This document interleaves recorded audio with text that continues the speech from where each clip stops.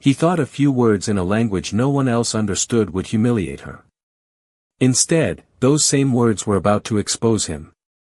On a warm Friday evening in downtown Boston, the little Italian restaurant on Hanover Street glowed under soft amber lights, the kind that made wine glasses sparkle and polished wood tables look richer than they really were.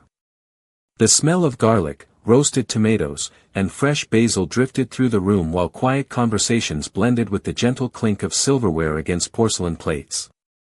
For most guests, it felt like the perfect place to slow down after a long week.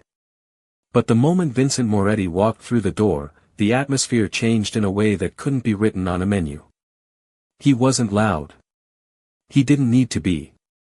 Men like Vincent carried their reputation the way a storm carried thunder, everyone sensed it before a word was spoken. The host at the front stand straightened immediately. A couple near the entrance lowered their voices. Even the bartender glanced up from polishing a glass, recognizing the man whose name traveled quietly through certain parts of the city. Vincent stepped inside wearing a tailored charcoal suit that probably cost more than most people's monthly rent, his dark hair slicked back with effortless precision. Two men followed behind him, both broad-shouldered and silent, scanning the room with the casual alertness of people who expected trouble simply by existing. Vincent didn't look around much. He never had to. The room adjusted itself to him instead. At the far side of the dining room, Claire Bennett was carrying a tray of water glasses toward table 14. She moved carefully, the way good servers do, quiet steps, straight posture, eyes attentive but never intrusive. At 32, Claire had the kind of presence that blended naturally into the rhythm of a restaurant. Her brown hair was pulled into a neat low ponytail, her black apron tied tightly at the waist, her expression calm and professional. Most guests barely remembered her face after she left their table, and Claire had learned long ago that being invisible was sometimes the easiest way to survive long shifts and unpredictable customers. She had been working double shifts all week, covering for a coworker who'd taken time off, and the last thing she wanted tonight was drama. The dinner rush had already started building, the kind where every table filled within 20 minutes and the kitchen printer never seemed to stop chattering. Claire passed a young couple celebrating what looked like an anniversary, then a family of 4 negotiating dessert choices. Everything felt normal. Routine. Predictable. Until the host approached her quietly and said, "Claire, table 7 just walked in. They asked for quick service." She nodded without looking up from her tray. "Got it." But when she turned toward table 7 and saw Vincent Moretti settling into his chair like a man who owned not just the table but the entire building, something in the room shifted again. One of his companions leaned back with an amused smirk while the other scanned the restaurant as if memorizing every exit. Vincent rested one arm across the back of his chair and glanced at Claire the way some people glanced at a menu they weren't planning to read carefully. In that brief moment, he made the same assumption many people made when they saw her uniform and quiet demeanor. Just a waitress. Just another face passing through the background of his evening. Claire stepped up to the table with a polite smile, pen ready over her small order pad. "Good evening, gentlemen. Can I start you with something to drink?" Vincent studied her for a second, then leaned slightly toward his companions. And that was when he began speaking in Sicilian, confident the language would remain a private joke between powerful men. What he didn't realize was that Claire Bennett understood every single word. Vincent continued speaking in Sicilian as if the language itself were a curtain separating him from the rest of the room, his voice low but deliberate, each word delivered with the relaxed confidence of a man who believed no one around him could possibly understand. One of his companions chuckled softly while the other leaned closer to listen, their expressions carrying the smug amusement of people who thought they were sharing a private joke in plain sight. Claire stood calmly beside the table with her order pad ready, her posture professional and steady, but inside her mind every syllable landed with perfect clarity. The dialect was unmistakable, Old Sicilian with the soft coastal rhythm she remembered from long evenings years ago sitting beside her grandmother's kitchen table while pasta sauce simmered slowly on the stove. Vincent glanced briefly at Claire before continuing, describing her to his friends in a tone that mixed arrogance with casual dismissal. remarking that restaurants like this always hired quiet girls who looked polite but probably understood nothing about the conversations happening around them. His companion laughed again, louder this time, shaking his head while swirling the ice in his glass of water. Claire's hand tightened very slightly around her pen, but the movement was so subtle that no one at the table noticed. Across the room a couple near the window exchanged a quick glance, sensing the strange tone in the air even though they could not understand the words themselves. The bartender paused for a moment with a bottle in his hand, watching the table from behind the counter with quiet curiosity. Vincent leaned back further in his chair, clearly enjoying himself now that his companions were entertained, and continued speaking in the same language with an exaggerated calmness that suggested he believed he had complete control of the moment. He commented that she moved like someone who had memorized every rule in a training manual but probably had never stepped outside her small predictable life. One of the men added something in Sicilian that caused Vincent to smile broadly, and he responded with another remark that made both of them laugh again. Claire remained silent. She wrote nothing on the pad yet. She simply listened. In another corner of the restaurant the manager pretended to study a reservation list while quietly watching the exchange from a distance, uncertain whether anything inappropriate had actually happened or whether he was simply imagining tension where none existed. The truth was simpler and sharper. Vincent believed the language gave him permission. He believed it placed him above the room in a way no one else could challenge. What he did not know was that every word he spoke echoed against memories Claire had carried since childhood. She remembered the sound of her grandmother correcting her pronunciation when she was 8 years old, the careful patience in that older woman's voice as she explained that language was not only about communication but about respect. You do not use it to make someone small, her grandmother had once told her gently. You use it to show who you truly are. Claire drew a slow breath and allowed Vincent to finish another sentence, one that caused his companions to laugh once more while the nearby family at table 9 glanced over with visible discomfort. Then she finally lowered the order pad slightly, meeting Vincent's eyes with the same calm professionalism she had shown from the beginning of the evening. The room continued moving around them, glasses clinking, quiet music playing through hidden speakers, plates arriving from the kitchen. Yet at that table something had shifted almost invisibly. Vincent believed he was still the only one in the conversation who understood the language. Claire Bennett knew otherwise, and she was deciding exactly when to prove it. Claire allowed the silence to linger for one more second before she moved, the small pause almost invisible yet powerful enough to slow the rhythm of the table.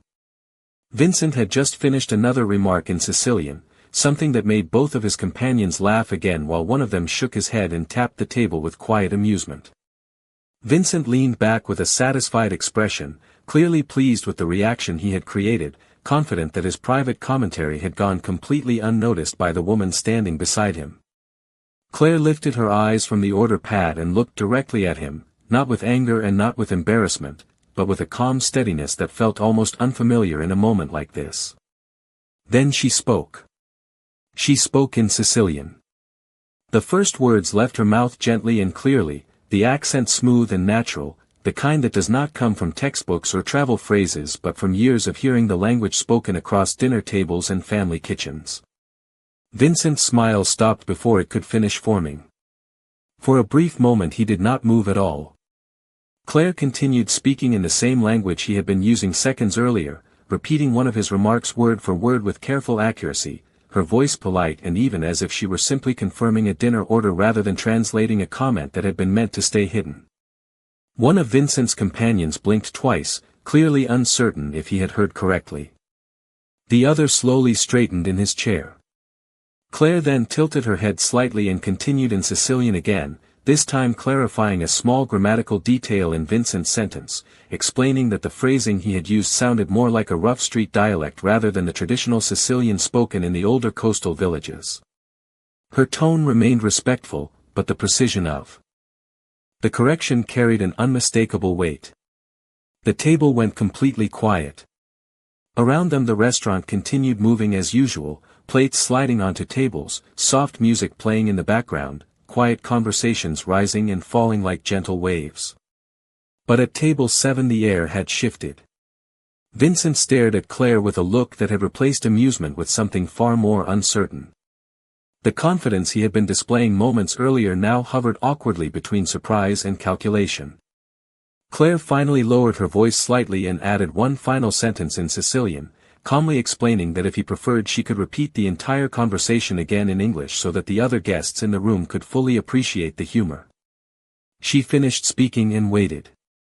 The words hung in the space between them like a door that had just been opened. Vincent's companions glanced at him, clearly expecting him to respond, but for the first time since entering the restaurant Vincent Moretti did not immediately know what to say. The certainty that had filled his posture only minutes earlier had faded into a thin stillness. Claire Bennett did not raise her voice. She did not smile in victory or show irritation. She simply held her order pad and waited with quiet professionalism, as if the moment were no more complicated than asking whether the table preferred sparkling water or still. Across the room the bartender noticed the sudden silence at table 7 and leaned slightly forward, sensing that something unusual had just happened even though he could not hear the words themselves. Vincent slowly exhaled, his eyes narrowing slightly as he studied Claire again, this time with a very different kind of attention. Because in a single calm sentence she had done something he had not expected at all. She had turned the language he used for power into a mirror that now reflected directly back at him. Vincent did not answer immediately. The quiet that settled over the table felt heavier than the laughter that had filled it minutes earlier. He leaned forward slightly, studying Claire Bennett with a careful expression that suggested he was recalculating the entire situation in his mind. The confidence he carried into the restaurant had not disappeared, but it had shifted into something sharper, something more cautious. One of his companions cleared his throat softly and looked down at the menu as if suddenly interested in the list of appetizers, while the other slowly reached for his water glass and took a slow sip. Claire remained standing beside the table with the same calm posture she had held since the beginning of the evening, her order pad resting lightly in her hand, her expression neutral and professional. She did not rush the moment. She did not repeat what she had said. She simply waited. Vincent finally spoke again, this time still in Sicilian but with a noticeably different tone, his words slower, more measured, as if testing the ground beneath his own voice. He asked where she had learned the language. The question was simple, but it carried the weight of someone who had just realized that the world in front of him was not arranged the way he expected. Claire answered just as calmly, explaining that her grandmother had come from a small town near Palermo and that the language had been part of her childhood long before she ever stepped into a restaurant to serve tables. Her pronunciation remained smooth and confident, each word clear enough that Vincent's companions exchanged another uneasy glance. Vincent listened without interrupting, his fingers lightly touching the edge of the table as he considered her response. Around them the restaurant continued its quiet rhythm. A server passed by carrying a tray of pasta dishes, the smell of garlic and olive oil briefly drifting through the air. A family near the window laughed softly at something one of the children said. Yet at table 7 the atmosphere had changed in a way that everyone could feel even if they could not explain it. Vincent nodded once after Claire finished speaking, but the gesture lacked the easy authority he had shown earlier. He asked another question, still in Sicilian, this time wondering how long she had been working at the restaurant. Claire answered politely that it had been just over 3 years. The conversation now sounded almost ordinary, but the tension underneath it remained unmistakable. Vincent's companions were no longer laughing. They sat quietly, watching the exchange as if they were witnessing a conversation that had quietly turned into something else entirely. Claire allowed a brief pause before speaking again, and when she did her voice carried the same respectful tone that a professional server would use with any guest. She told Vincent that she would be happy to take their dinner order whenever they were ready. Then she added one final sentence in Sicilian, her words calm and steady, explaining that languages have a way of revealing more about a person than they expect, especially when they assume no one else understands them. The statement was not loud, and it was not confrontational, but its meaning settled clearly across the table. Vincent looked at her for another long moment. For the first time that evening he seemed aware that the entire balance of the interaction had shifted. Claire Bennett had not raised her voice. She had not embarrassed him publicly. But she had done something far more powerful. She had removed the illusion that had protected him a few minutes earlier.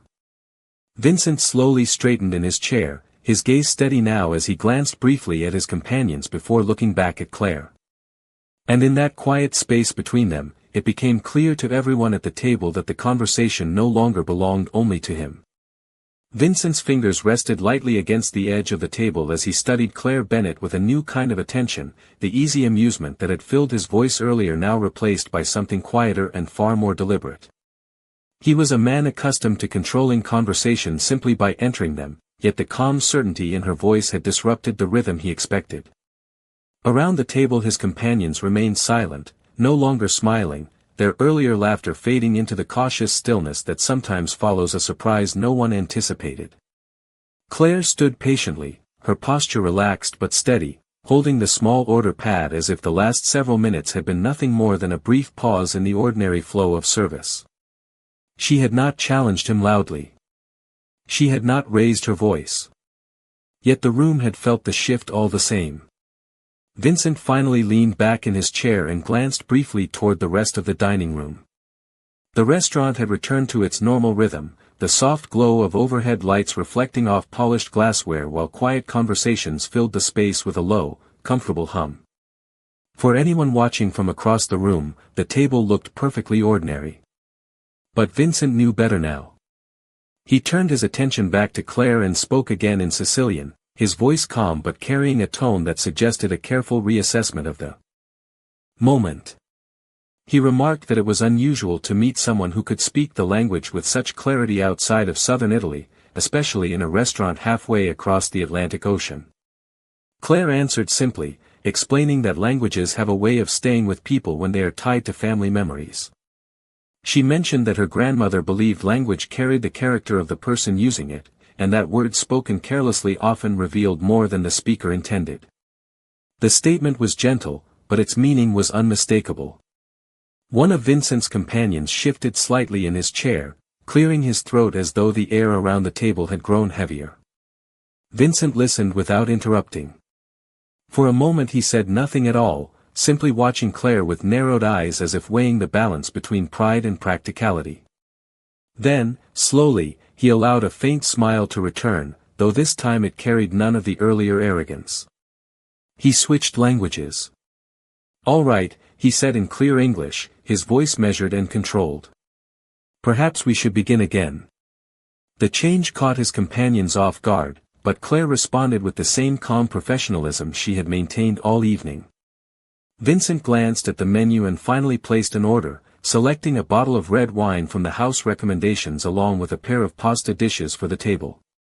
His companions added their own choices quietly, their voices now restrained, as though the earlier atmosphere had taught them something about the unpredictability of assumptions.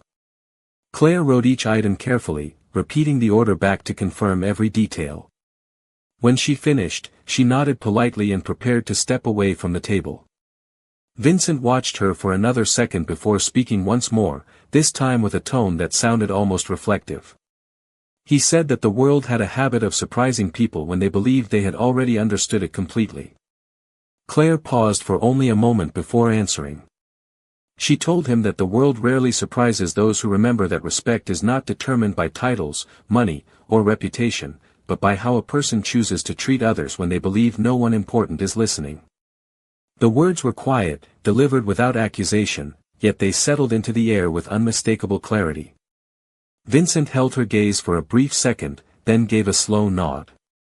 Claire turned and walked calmly toward the kitchen, leaving behind a table that felt very different from the one she had approached only minutes earlier. And in the soft glow of the restaurant lights, Vincent Moretti sat in thoughtful silence, realizing that the most powerful lesson of the evening had arrived from the person he had dismissed the fastest. Claire moved through the kitchen doors with the same steady pace she had carried all evening, placing the order ticket on the metal rail where the cooks could see it. The kitchen was alive with motion, stainless steel counters reflecting the bright overhead lights while pans hissed softly over open flames. Someone called out an order for linguine. Another cook reached for fresh basil from a plastic container. The normal rhythm of the restaurant had not changed, yet Claire paused for a brief moment beside the counter as if allowing the quiet after the conversation to settle fully inside her thoughts. She had learned long ago that restaurants were places where people revealed more about themselves than they expected. Celebrations, arguments, nervous first dates, long overdue apologies. A dining room was often less about food and more about character. She picked up the bottle of red wine Vincent had ordered and checked the label once more before returning to the dining room. When Claire stepped back onto the floor, the warm glow of the dining room lights felt softer than the bright kitchen behind her. She walked calmly toward table 7, the bottle balanced gently in her hand. Vincent and his companions had resumed speaking, but their conversation now sounded different. The earlier confidence had softened into something quieter. One of the men was discussing a business meeting scheduled for the following morning. Another asked about a flight leaving Logan Airport the next day. Vincent listened but spoke less than before, occasionally glancing toward the kitchen doors as if replaying the earlier exchange in his mind. Claire arrived at the table and placed the bottle on the white linen cloth with practiced care. "Your wine, sir," she said calmly. Vincent looked up at her and nodded once, giving permission for her to open it. Claire removed the cork smoothly and poured a small tasting sample into his glass. Vincent lifted the glass and studied the deep red color under the light for a moment before taking a slow sip. He nodded again. Claire filled the other glasses and stepped slightly back from the table. For a moment none of them spoke. The quiet was not uncomfortable, but it carried the subtle awareness that something meaningful had already happened earlier in the evening. Vincent finally set his glass down and looked directly at Claire again. "You speak the language very well," he said in English, his voice steady but no longer carrying the edge of superiority that had marked his earlier tone. Claire answered simply that language had always been important in her family. Vincent leaned back in his chair and studied her again, though this time the look held more curiosity than judgment. He asked whether she had ever visited Sicily herself. Claire shook her head gently and explained that she had only known it through stories told at her grandmother's table, stories about small coastal streets, church bells in the morning, and neighbors who believed that respect for others was the foundation of every community. Vincent listened carefully, his expression thoughtful. One of his companions gave a faint smile and remarked that those kinds of values were becoming rare in large cities. Vincent did not respond immediately. Instead he lifted his glass once more and looked briefly around the dining room, watching the quiet conversations unfolding at other tables. Families shared meals. Friends laughed over dessert. The ordinary life of the restaurant continued without interruption. Then Vincent spoke again, this time slowly. "Your grandmother sounds like a wise woman." Claire allowed a small polite smile. "She was," she said softly.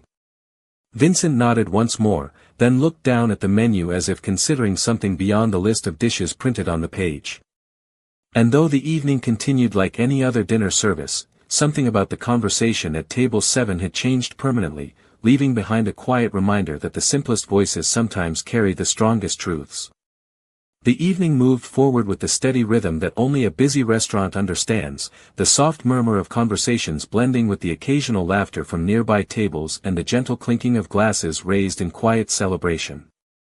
Claire Bennett continued moving between tables with practiced ease, delivering plates, refilling water glasses, and offering polite smiles to guests who barely noticed the quiet professionalism that kept the dining room running smoothly. Yet every time she passed near table 7, she felt the subtle awareness that the earlier moment had not completely disappeared. Vincent Moretti remained seated with his companions, but his posture had changed. The relaxed dominance he had carried when he first walked in had softened into something more reflective. His companions had returned to their discussion about travel schedules and business matters, speaking quietly as they enjoyed the wine Claire had served, but Vincent listened more than he spoke. Every so often his eyes followed Claire's movements across the room, not with suspicion, but with a thoughtful curiosity that had not been there before. When the kitchen bell rang, Claire carried 3 steaming plates of pasta from the service window and approached the table once more. The aroma of fresh tomato sauce and basil drifted through the air as she carefully placed each dish in front of the guests. Vincent thanked her politely, his tone controlled and respectful. Claire nodded and stepped back slightly to ensure everything was correct before preparing to return to the next table. One of Vincent's companions lifted his fork and took a bite, letting out a quiet sound of approval before commenting that the restaurant clearly took its food seriously. Vincent gave a faint smile but did not respond immediately. Instead he looked toward Claire again just as she was about to step away. "Miss Bennet," he said calmly. Claire turned back toward the table, her expression attentive. Vincent rested his hands lightly on the table and spoke with the same measured voice he had used earlier. "Earlier tonight, you could have embarrassed me." The statement was not defensive. It was observational. Claire held his gaze for a moment before answering gently. She explained that embarrassing someone rarely improved a situation, and that her grandmother had always believed dignity worked best when it was protected quietly rather than displayed loudly. Vincent listened without interrupting, his eyes steady. One of his companions leaned back in his chair, clearly interested in the exchange. Claire continued by explaining that restaurants were places where people crossed paths from very different lives, and sometimes the smallest moments could reveal the most important things about how people saw the world. Vincent slowly nodded as she spoke, his expression thoughtful. For a man who had spent years surrounded by authority and influence, it was rare for someone to speak to him with such calm honesty. Yet there was no hostility in Claire's words. Only clarity. The table fell silent again for a few seconds, the background music from the restaurant speakers drifting gently through the air. Vincent finally lifted his wine glass and looked briefly toward the dining room where families and friends continued their meals without any awareness of the quiet lesson unfolding nearby. Then he looked back at Claire and said something unexpected. He thanked her. The word was simple, but it carried a sincerity that had not been present earlier in the evening. Claire inclined her head slightly in acknowledgement before stepping away once more. As she returned to the service station, Vincent remained seated in thoughtful silence, realizing that sometimes the strongest influence in a room does not come from the loudest voice, but from the person who refuses to abandon respect even when they have every reason to do so. The restaurant settled into the comfortable rhythm of the late evening hour, the kind of calm that arrives after the busiest wave of dinner service has passed. Candlelight flickered gently across white tablecloths while the quiet hum of conversation softened into something slower and warmer. Claire Bennet continued her work with the same steady attention she had shown all night, clearing plates, delivering desserts, and checking on guests who lingered over coffee and conversation. To anyone watching from across the room, she looked exactly like what Vincent Moretti had assumed earlier in the evening, a quiet waitress doing her job with simple professionalism. Yet the atmosphere at table 7 had changed in ways that could not easily be described. Vincent's companions were finishing the last bites of their meals, occasionally exchanging small remarks about the wine or the flavor of the sauce, but their earlier confidence had been replaced by a more careful tone. The easy laughter that had once surrounded their table had faded, replaced by a quiet awareness that something important had happened in the conversation they had witnessed. Vincent himself ate slowly, occasionally glancing toward the dining room with a thoughtful expression that suggested his attention was somewhere beyond the restaurant walls. When Claire returned to collect the empty plates, Vincent thanked her again, this time with the simple courtesy one would offer any professional who had done their work well. Claire nodded politely and carried the dishes toward the kitchen, leaving the table once more in reflective silence. As the evening continued, the manager approached table 7 with the check folder, offering a courteous smile and thanking the guests for visiting the restaurant. Vincent accepted the folder and looked briefly at the receipt before placing a credit card inside without hesitation. While the manager stepped away to process the payment, Vincent sat quietly for a moment, watching the rest of the room. Families were finishing dessert. A group of friends near the bar laughed over a shared memory. A couple near the window leaned closer together as they spoke softly across the table. The restaurant felt peaceful, almost ordinary, yet Vincent understood that something about the evening would remain with him long after he left. When the manager returned with the receipt, Vincent signed it quickly and closed the folder. His companions stood and adjusted their jackets, preparing to leave. Vincent remained seated for one final moment, his eyes moving across the room until they found Claire again near the service station. For a brief second he seemed to consider saying something more, but instead he simply gave a small respectful nod in her direction. Claire acknowledged the gesture with the same calm professionalism she had maintained throughout the night. There was no celebration in her expression and no trace of triumph. She simply returned the nod and continued organizing the silverware beside her station as though the evening had unfolded exactly as any other shift might. Vincent stood from the table and straightened his jacket before walking toward the exit with his companions. As the door closed behind them and the cool night air of the city waited outside, the dining room returned fully to its familiar calm. Inside the restaurant the music continued playing softly, plates continued to be cleared, and Claire Bennett moved quietly through the room, carrying with her the quiet reminder that dignity does not need to raise its voice in order to be heard. The door closed softly behind Vincent Moretti and his companions, letting a brief wave of cool night air slip into the warm dining room before fading again into the steady comfort of the restaurant. Inside, the evening continued exactly as it always did. Plates were cleared. Dessert menus appeared on tables. The quiet melody from the speakers blended with the gentle murmur of conversations that filled the room like a calm tide. For most guests, nothing unusual had happened at all. They finished their meals, paid their checks, and stepped back out into the Boston night carrying nothing more than the memory of a good dinner. Claire Bennett returned to table 7 a few minutes later with a small tray to clear the last empty glasses. The white tablecloth was slightly wrinkled where Vincent and his companions had rested their arms earlier, and the candle in the center of the table flickered softly as she gathered the remaining plates.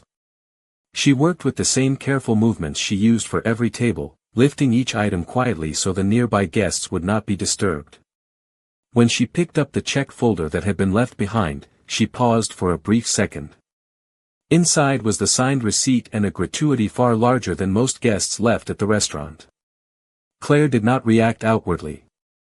She simply closed the folder again and placed it neatly on her tray. Across the room, the manager noticed and raised his eyebrows slightly in quiet surprise when Claire set the folder at the service station. He said nothing, but the expression on his face carried the silent understanding that something unusual had happened at that table earlier in the evening. Claire simply gave a small nod and continued her work.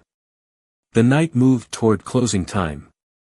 The final tables finished their coffee. Chairs were slowly turned upside down on empty tables. The cooks in the kitchen began the quiet routine of cleaning the stainless steel counters and preparing for the next day. Claire wiped down the last few surfaces in the dining room before hanging her apron neatly on the hook beside the back hallway. As she stepped outside into the cool night air, the city lights stretched down the street in long glowing lines. Traffic moved steadily through the intersection while distant laughter drifted from a nearby cafe still open for late guests. Claire took a slow breath and looked up briefly at the dark sky above the buildings. For her, the evening had been another shift like many others, yet she knew that certain moments lingered longer than others. Not because of the people involved, but because of the quiet reminders they carried. Somewhere across the city, Vincent Moretti sat in the back seat of a car moving through the night streets, watching the reflections of passing lights slide across the window glass. His companions were speaking about tomorrow's plans, discussing meetings and travel schedules, but Vincent listened. Only halfway.